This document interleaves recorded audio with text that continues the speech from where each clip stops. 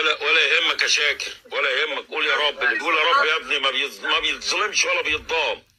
ما تقلقش اخوك محمود. عم باجت كلهم بيقولوا لك يا عم باجت نورت البث. الله يبارك فيكم يا شباب، الله يبارك فيكم.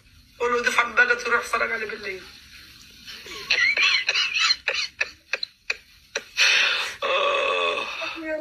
ايه يا ساره؟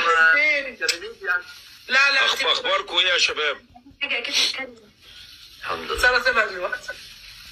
تمام. ساره بتتكسف. انت موجوده ما حدش يتكلم غير. الجو عندكم عامل ايه؟ زي الفل يا عم باجت. برد عندكم ولا؟ برد؟ ده الجو يبقى الناس عندهم في غزه جو تلج، زي الناس فعلا بيقولوا جو تلج هناك. ربنا يرحمهم. شهر 2 ده ما هو ربنا يرحمهم. احنا عندنا هنا العيال قاعدين من المدرسه في عاصفه بكره، قاعدينهم التعليم